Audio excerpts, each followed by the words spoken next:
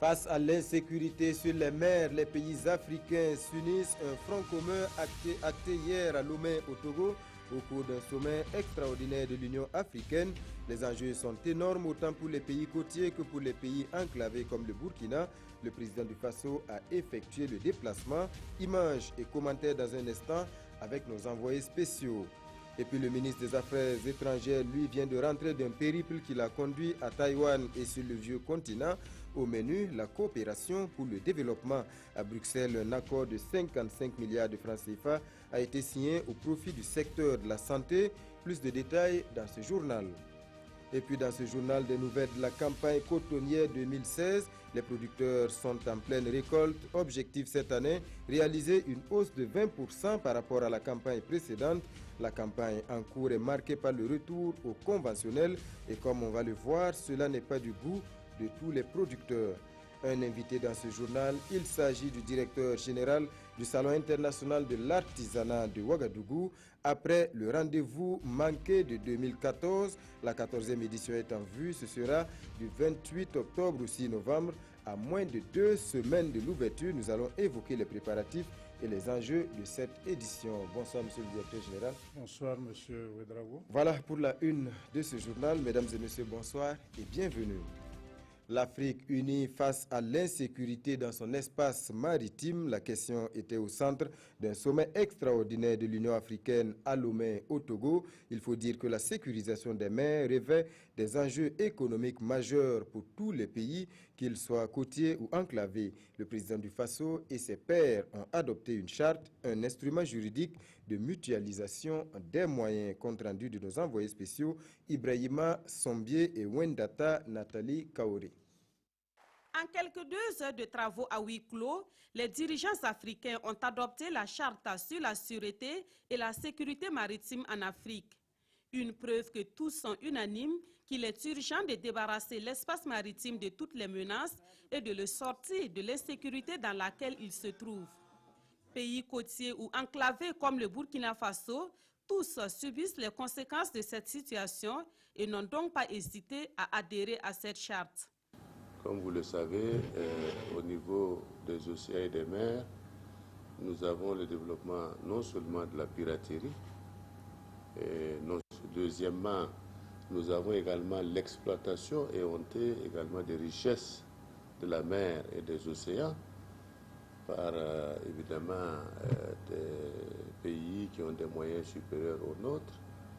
Et enfin, nous avons toutes les questions également qui concernent la pollution des mers, puisque aujourd'hui, il est reconnu qu'il y a, d'ici 2050, si on continue, il y aura plus de plastique dans la mer que de poissons.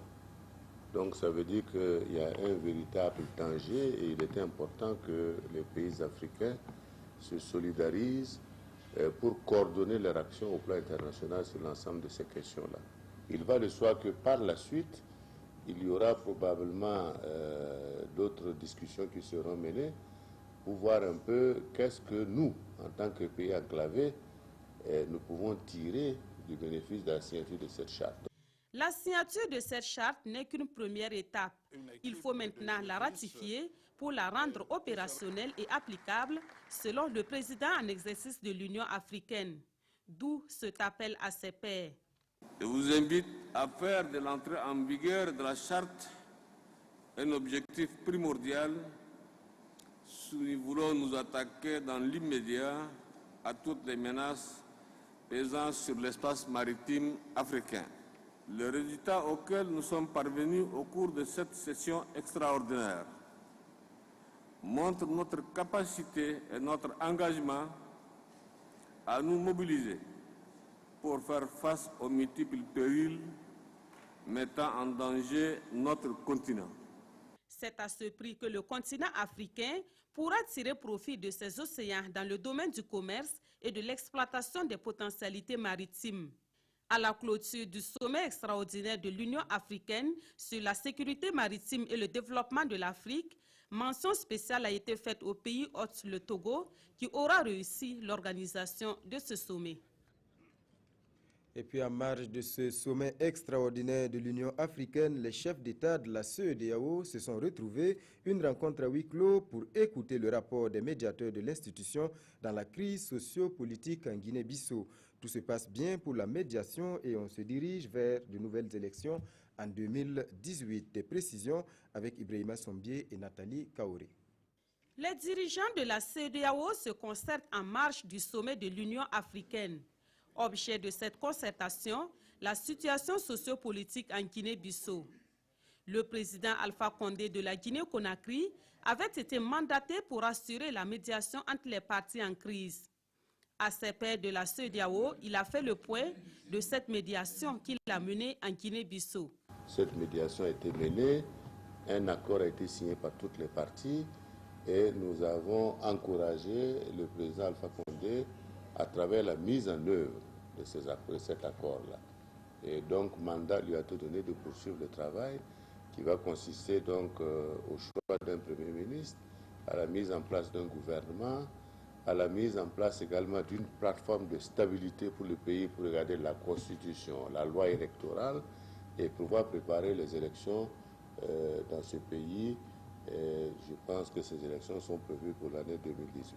À Lomé, le président du Faso a également eu des rencontres bilatérales avec d'autres chefs d'État africains pour parler du renforcement de la coopération avec le Burkina Faso, notamment dans le domaine de la sécurité. Parmi les présidents avec lesquels Roch-Marc Christian Kaboré a eu des têtes en tête, il y a le Tchadien Idriss Déby Itno, le Béninois Patrice Talon, l'Ivoirien Alassane Ouattara, le Congolais Denis Sassou Nguesso et le président du Togo, pays hôte de ce sommet extraordinaire de l'Union africaine.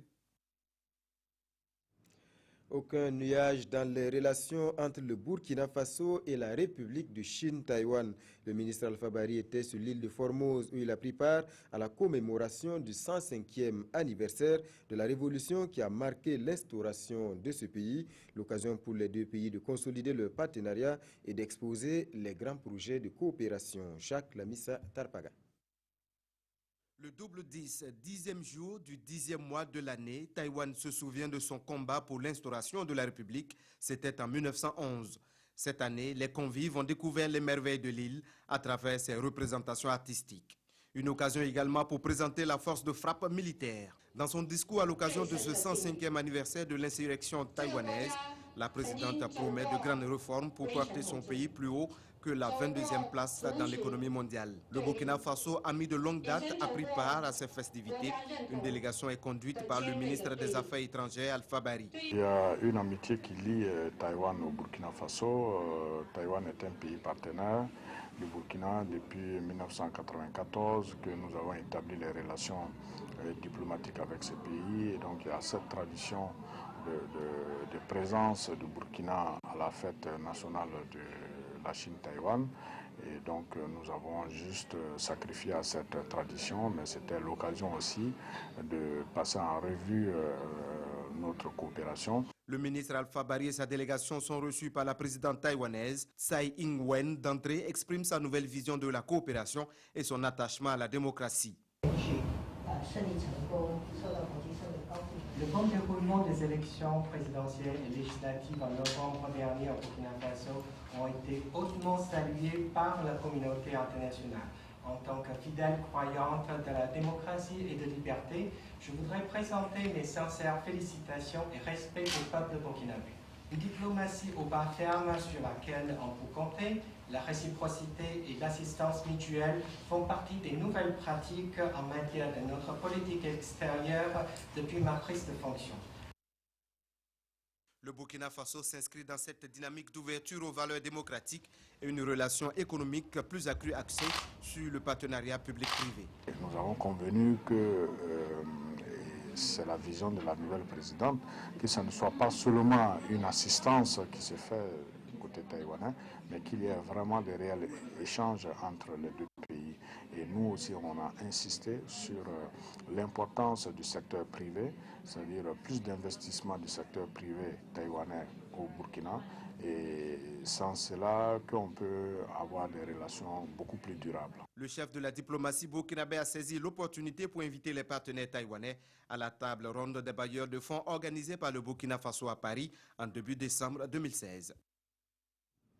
Le ministre des Affaires étrangères était également sur le vieux continent au siège de l'Union européenne à Bruxelles. Un accord de financement a été signé. La Commission européenne met à la disposition du Burkina 55 milliards de francs CFA pour soutenir la gratuité des soins et la mise en œuvre de l'assurance santé. Explication, Jacques Lamissa Tarpaga. Siège de la Commission de l'Union européenne à Bruxelles en Belgique. Le Burkina Faso vient de décrocher un financement de 55 milliards de francs CFA, matérialisé ici par cette signature de convention entre le ministre de l'économie du Burkina Faso et le commissaire européen au développement Neven Mimika. Un financement qui va accroître l'offre de santé au Burkina Faso. C'est l'appui en fait au programme d'urgence du chef de l'État, du gouvernement, et au niveau de l'assurance maladie pour les enfants de moins de 5 ans. 1 million d'enfants seront touchés. Pour l'assistance aux femmes dans les césariennes, pour les césariennes, 9000 personnes seront touchées. Pour l'assistance aux enfants malnutris, 120 000 personnes seront touchées. Donc c'est quelque chose de très très important. Les deux parties ont eu des échanges sur l'ensemble des projets de développement. L'Union européenne s'engage à accompagner davantage le Burkina Faso qui s'affiche comme un exemple de bonne conduite des affaires de l'État. Il s'est agi pour nous de fixer au niveau de cette institution toutes nos préoccupations, les préoccupations en matière de développement, en matière de relance économique et aussi les préoccupations en matière de sécurité. Et nous avons eu une oreille attentive et surtout que nous avons bien expliqué que le Burkina Faso est considéré comme un modèle, mais ce modèle-là doit être soutenu, ce modèle doit pouvoir vivre et survivre. La délégation burkinabé s'est ensuite entretenue avec le secrétaire général du groupe ACP, Afrique Pacifique Caraïbes, dont le Burkina est membre. C'était d'abord une visite de courtoisie et une réaffirmation de l'appartenance du Burkina à ce groupe et l'engagement du Burkina à tout ce qui est fait au niveau de ce groupe. Et vous savez, il y a des négociations avec l'Union européenne et il est important que le groupe ACP sente le soutien des différents pays. Pour le ministre des Affaires étrangères, la relance économique en cours n'est pas chose aisée. Selon lui, tout le monde devra se mettre au travail et avec l'aide des partenaires, le Burkina Faso devrait y arriver. On revient au Burkina Faso avec tout d'abord cette brève. Nous l'avons appris aujourd'hui. Le corps du militaire porté disparu dans l'attaque de Intangom a été retrouvé non loin du lieu de l'attaque, ce qui porte désormais le bilan à 4 morts dans les rangs des militaires burkinabés. Le plan national de développement économique et social expliqué aux populations du centre-sud. À Manga, le Premier ministre a donné le détail du PNDS ainsi que ses enjeux. Il a invité l'ensemble des acteurs à s'engager pour une mise en œuvre réussie du nouveau référentiel du développement du Burkina jusqu'en 2020. Mokhtar Ouedraogo, Sibidi Issa Lankwande. Le programme national de développement économique et social expliqué aux forces vives de la région du centre-sud. L'exercice se tient à Manga et constitue la 8e étape de la tournée d'explication du Premier ministre Paul Kabatieba. L'enjeu est d'obtenir l'appropriation par les populations de ce nouveau référentiel de développement du Burkina. Et le Premier ministre ne passe pas par 4 chemins pour expliquer que le pays traîne de nombreux facteurs de blocage qui empêchent son développement. Un langage de vérité apprécié par ses auditeurs. Ça me va droit au cœur, mais je souhaite que ça soit réalisé. On aurait voulu qu'il y ait une démarche inverse, c'est-à-dire au moment de l'élaboration, que les populations soient impliquées afin que leurs préoccupations soient prises en compte. Le financement du plan se chiffre à quelques 15 000 milliards de francs CFA sur 5 ans et la contribution de tous les Burkinabés est nécessaire à sa mise en œuvre. Je suis convaincu que les populations du centre-sud sont prêtes à accompagner le gouvernement dans la mise en œuvre du plan national de développement économique et social. Il n'y a aucun doute là-dessus. Je pense que nous allons continuer ce travail-là, non seulement dans nos autres régions, mais comme je l'ai dit, nous allons essayer d'aller un peu plus en profondeur. La réalisation et la réussite de cet ambitieux programme commandent une réforme des institutions et une modernisation de l'administration. le développement du capital humain et la transformation de l'économie par la dynamisation des secteurs porteurs. Les échanges avec les participants ont permis aussi aux populations de cette région d'exposer leurs préoccupations pour un Burkina prospère. Et parmi les secteurs clés du développement, il y a bien sûr l'artisanat. Je vous le disais en titre, la 14e édition du Salon international de l'artisanat de Ouagadougou. C'est du 28 octobre au 6 novembre prochain. Le directeur général du CIAO est notre invité. Bonsoir, M. Dramantou. Bonsoir, M. Emmanuel Ouedraogo. Alors, nous sommes à moins de 2 semaines de l'ouverture de cette 14e édition. Comment se prépare-t-on, en tout cas à 12 jours, disons, de cette échéance? Merci. À cette date du 16 octobre 2016, donc à 12 jours de ce grand événement international qu'organise le Burkina Faso à l'intention de l'ensemble des acteurs de l'artisanat, les préparatifs vont bon train. Il y a une série d'actions qui ont été entreprises depuis le début de l'année, sous le leadership du ministre en charge de l'artisanat. Nous avons approché l'ensemble des artisans qui étaient déjà inscrits en 2014, plus ceux-là qui souhaitaient s'inscrire, surtout au niveau du Burkina Faso, dans les autres pays africains, pour leur donner l'information qu'effectivement la nation burkinabé va organiser la 14e édition. Nous sommes allés aussi vers les acheteurs professionnels qui donnent plus de visibilité aux produits artisanaux hors du continent en les achetant au niveau de l'Afrique et en les exposant au niveau des 4 autres continents. Nous avons aussi approché la presse nationale et internationale au détour des conférences de presse que nous organisons, aussi bien à Ouaga qu'à Paris, pour expliquer à ces acteurs des médias que le Burkina Faso organisera le salon. Au niveau des infrastructures, il y a certaines qui sont totalement fin prêtes. Il y a d'autres, surtout liées à certaines questions pour permettre aux artisans d'être dans de bonnes conditions, notamment le rafraîchissement de certains bâtiments en peinture, la construction des stands où nous sommes autour de 80% de réalisation. Donc, pour être court, c'est que nous serons totalement prêts 5 jours avant l'événement. On vous prend au mot, Monsieur le Directeur général. Quelles sont les principales innovations de cette édition? Beaucoup d'innovations, mais nous allons nous intéresser à 3 essentiellement, dont la première est celle relative à la disposition pour les 13 régions du Burkina Faso de stands gracieusement offerts par l'État burkinabé pour permettre aux artisans de ces régions de mettre en exergue les différentes potentialités en matière d'artisanat de notre pays, à l'intention de tous ceux qui viendront au salon. La deuxième, qui est aussi importante, est celle qui propose aux clients du salon d'autres possibilités pour acheter les billets sans être obligés de s'aligner au niveau des guichets pour l'achat des billets, parfois pour des raisons de monnaie qui prennent le temps. Donc, la solution a été trouvée avec un de nos partenaires par le système de mobile money, notamment Airtel Burkina, qui a accepté de proposer cette solution pour faciliter l'acquisition des tickets d'entrée au regard de l'évolution des TIC dans le monde. Il y a une troisième innovation qui est assez importante, c'est celle qui consiste à laisser l'artisan dans les pavillons et à venir avec l'information vers l'artisan. Nous avons prévu dans chaque pavillon d'exposition, notamment les 5 pavillons, des points d'information qui vont aider les artisans à ne plus être obligés de quitter leur stand pour arpenter les couloirs de l'administration à la recherche d'infos, mais qui seront sur leur stand et qui pourront avoir dans les pavillons directement les infos. Voilà, de façon synthétique, 3 innovations sur pratiquement 7 que nous avons voulu mettre en œuvre pour relancer le salon après une édition ratée de 2014. Alors, combien de stands il y aura en tout à cette édition et à ce jour, est-ce que tous les stands ont trouvé preneur? Oui, totalement affirmatif. 590 stands nous avons offert et nous avons trouvé des acquéreurs, notamment les artisans et certains partenaires qui accompagnent le CIAO. Il y en a d'autres qui en demandent et nous sommes un peu désolés de ne pas pouvoir satisfaire à cette demande du fait, de l'espace qui n'est pas extensible à souhait, 2, parce que nous sommes aussi limités par le nombre de stands possibles. Donc, 590 stands sont offerts et effectivement, achetés par les artisans et nous pensons que la bête sera extrêmement belle. Et le Ghana, pays d'invité d'honneur?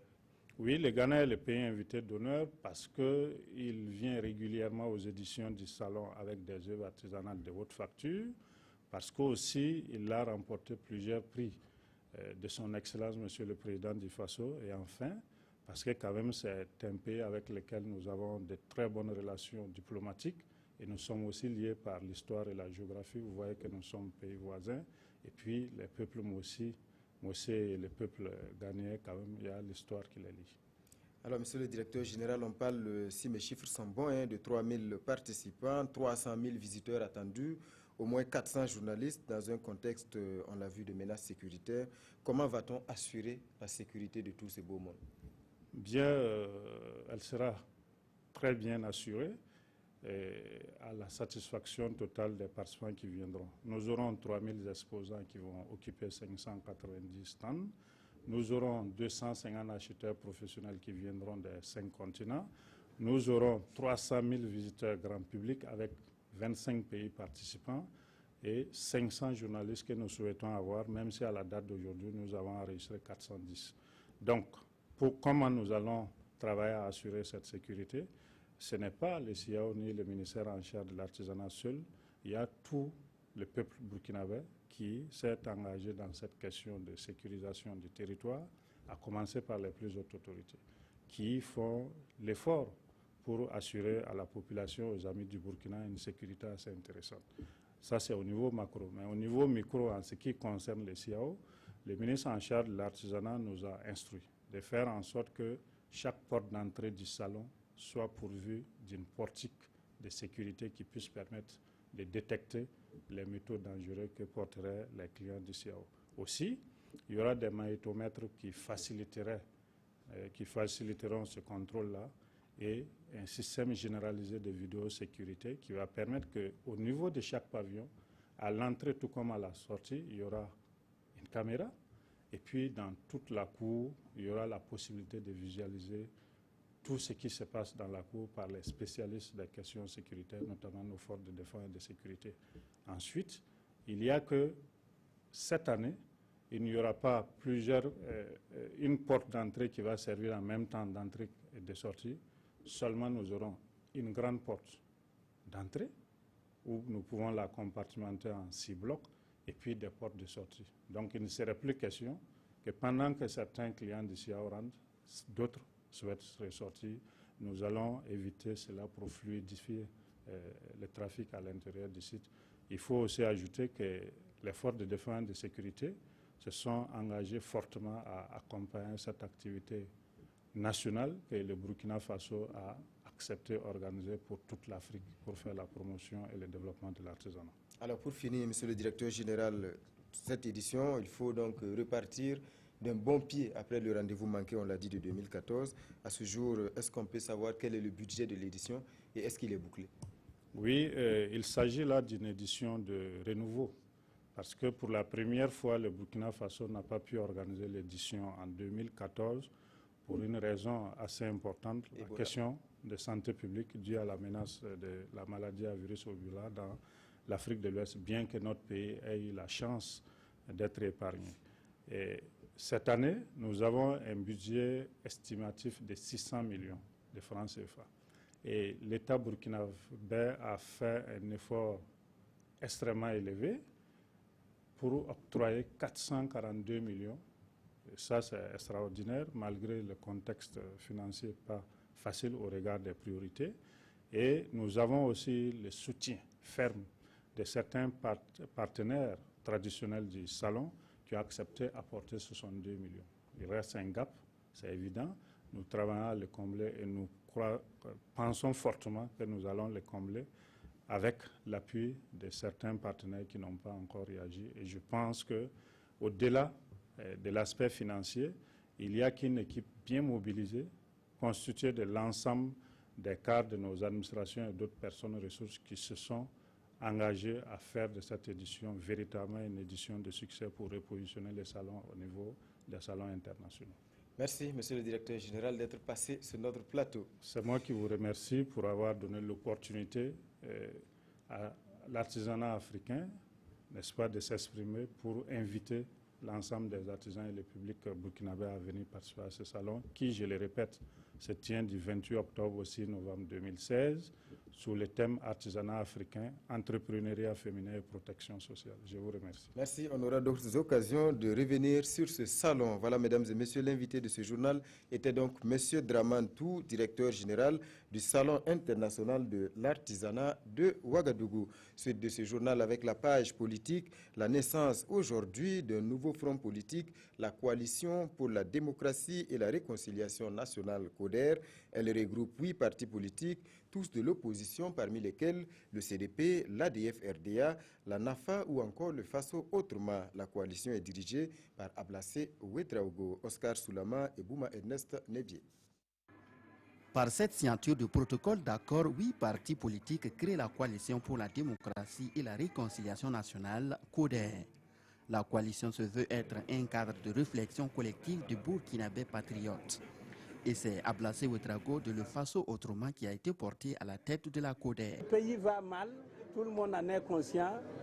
C'est pour cela que nous insistons sur la nécessité de renforcer la démocratie et nous insistons sur la nécessité d'aller vers une véritable réconciliation nationale pour donner à notre chère patrie les moyens de sa relance économique pour le bonheur de ce peuple. Nous voulons que le Burkina Faso soit un havre de paix. Tous affiliés au chef de file de l'opposition CEFOP, les membres de la coalition rassurent ne pas être en conflit avec cet organe censé regrouper tous les partis d'opposition. Dans ce cadre-là que vous avez vu qu'il y a eu la création de la CFDC, la coalition pour des forces du vrai changement.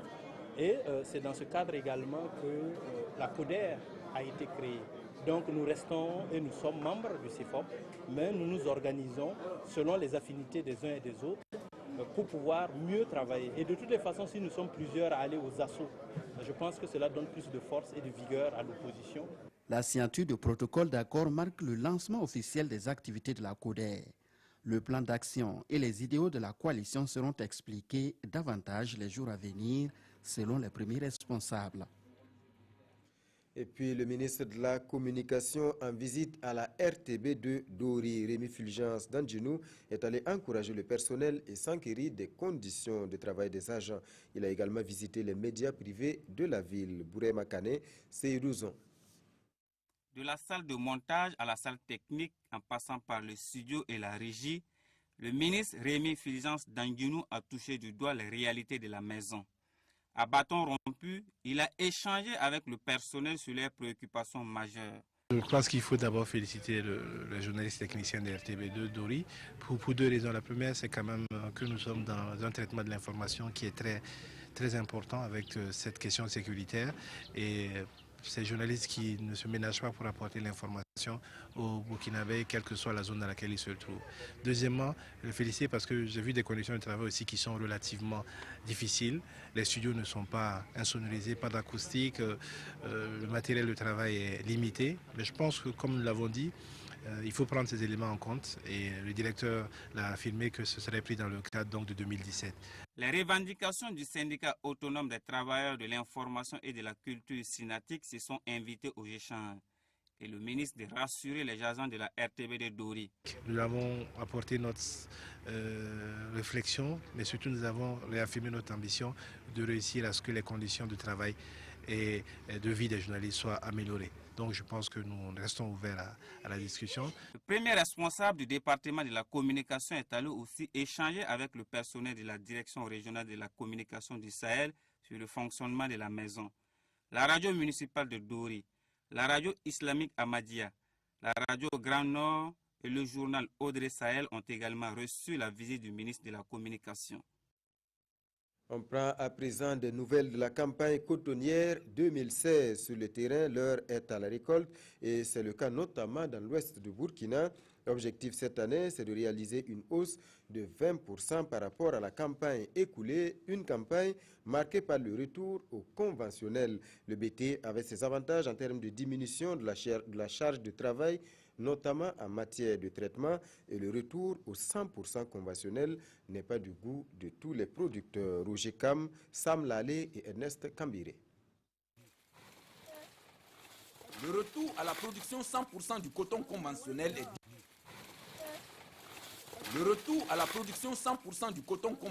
est diversement apprécié sur le terrain par les différents acteurs.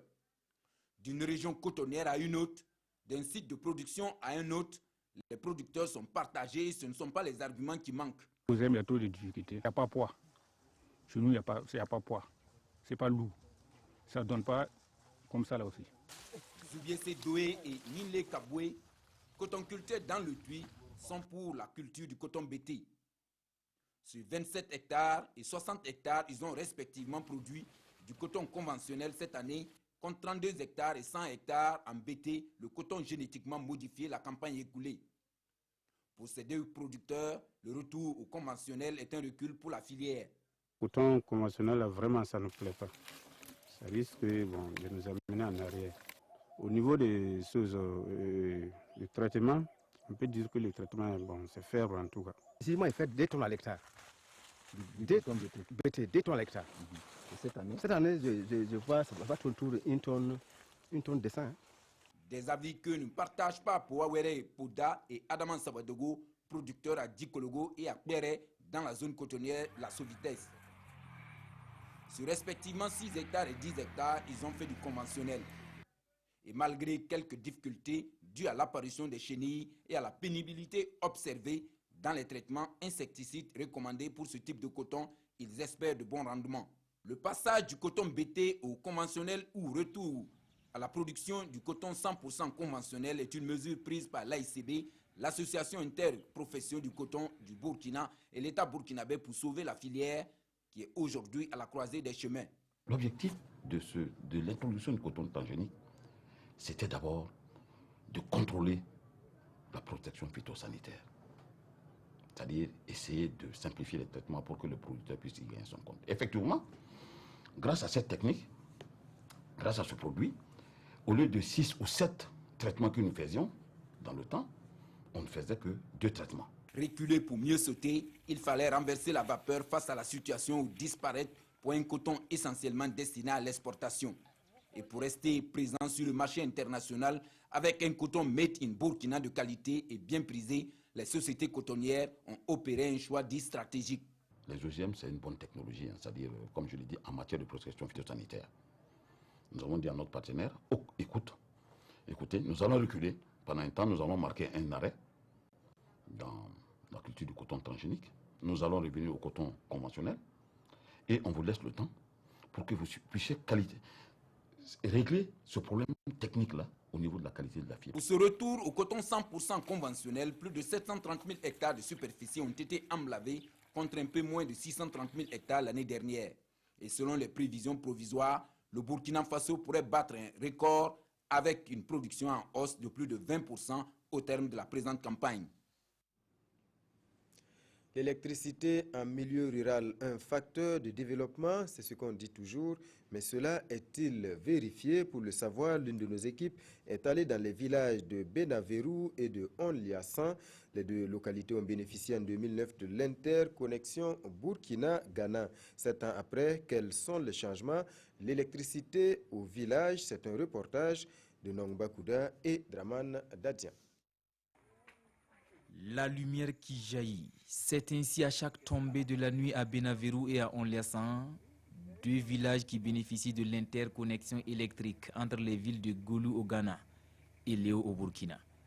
Depuis 7 ans maintenant qu'il y a le courant électrique, le village présente un nouveau visage aux yeux de ce conseiller municipal. Depuis 2009, quand le courant est rentré, le village, en tout cas, est en joie. Chaque fois, ça bouscule.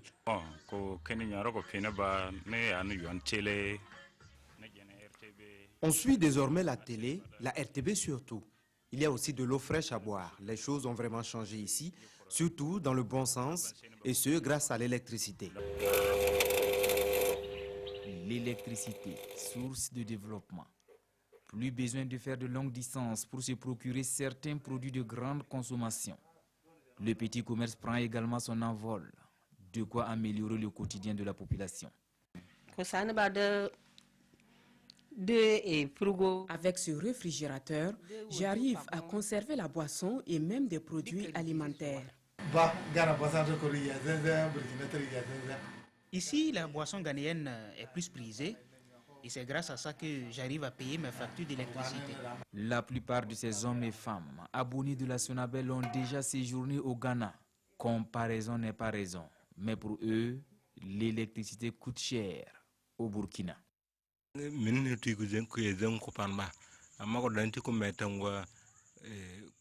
C'est avec fierté que nous avons accueilli l'électricité. Mais avec le temps, je n'arrivais plus à honorer mes factures. C'est vraiment cher.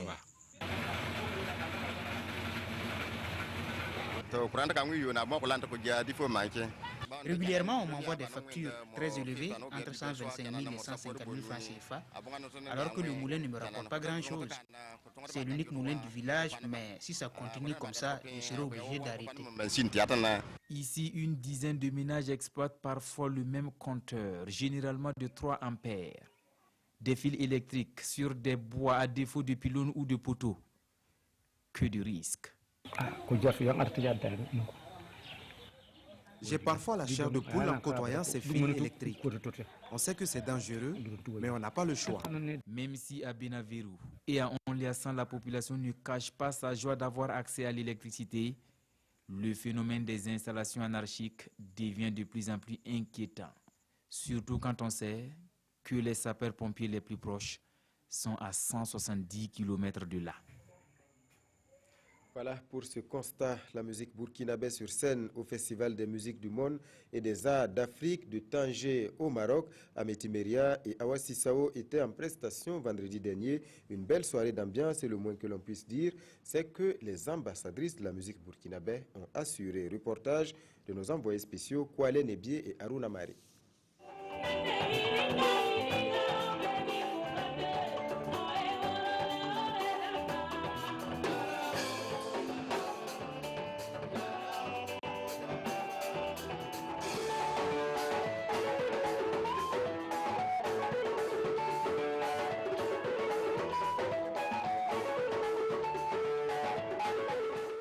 Sissao et Ameti Meria sur la scène du festival Womaf de Tanger. Elles sont les deux vedettes burkinabées de la chanson conviées à ce rendez-vous dédié aux arts et à la culture. Occasion pour les festivaliers de déguster les sonorités du pays des hommes intègres. Excellent, c'est des femmes vraiment extraordinaires. Je ne savais pas que le Burkina Faso était doté de des voix aussi angéliques et vraiment ils ont un grand talent et bravo au Burkina Faso, il y a beaucoup de grands artistes et de stars qui viennent de là. J'ai trouvé exceptionnel. La première femme, elle a une voix incroyable, mais la deuxième aussi, elle est très je pense qu'il y a dans cette culture peut-être, mais surtout dans ces deux femmes-là, un pouvoir dans la voix qu'ils ont, ça frappe. D'autres artistes musiciens comme le groupe British Dependency des Antilles ont également presté au cours de la soirée. Outre cette formation musicale, 7 autres groupes venus d'Afrique et d'Amérique prennent part à cette première édition du Festival des musiques du monde et des arts africains.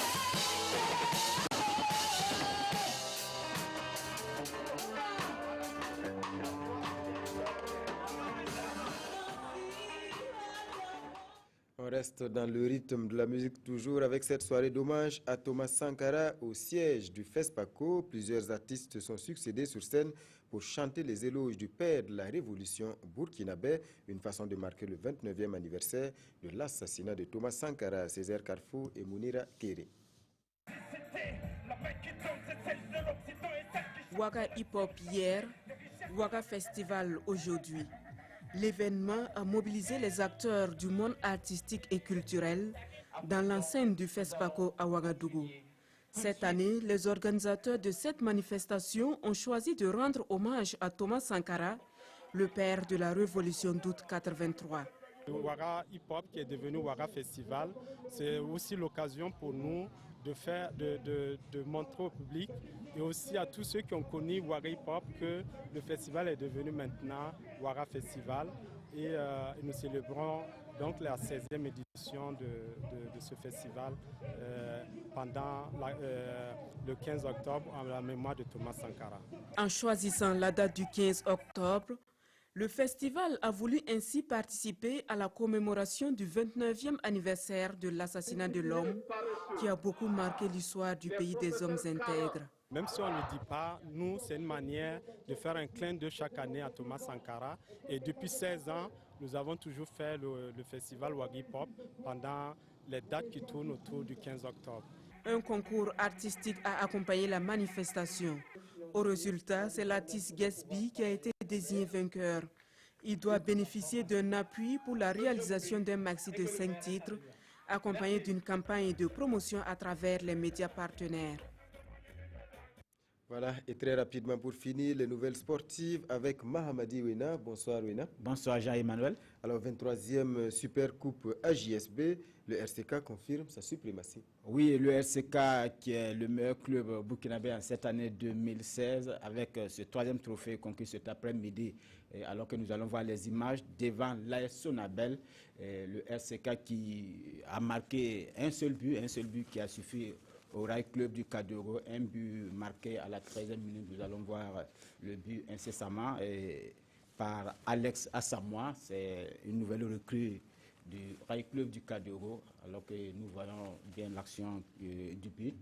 Et il faut dire que l'AS Sonabel et le RCK s'étaient déjà rencontrés à la finale de la Coupe du Faso. Le RCK l'avait remporté 2-0 et cet après-midi c'est 1-0 après le doublé championnat Coupe du Faso. C'est le 3e trophée pour le Rail Club du Kadoro. Nous voyons le but de Alex Assamoah et l'AS Sonabel et le RCK représentant le Burkina en compétition de clubs, le RCK pour la Ligue des Champions et l'AS Sonabel pour la Coupe de la Confédération. Et très rapidement, quelques brèves pour finir. Oui, à l'Inter, il y a aux Pays-Bas Bertrand Traoré qui marque son 2e but. Il a marqué le 2e but de l'Ajax qui a permis à l'Ajax de gagner 2-0 devant Ado Den Haag. Et en Turquie, Razak marque son 6e but de la saison et Karabouspor qui gagne à Adanaspor 2-1. Et du handball, le Burkina qui va abriter le 38e championnat d'Afrique des clubs champions, ça commence vendredi prochain. On a 11 clubs chez les hommes et 9 clubs chez les dames.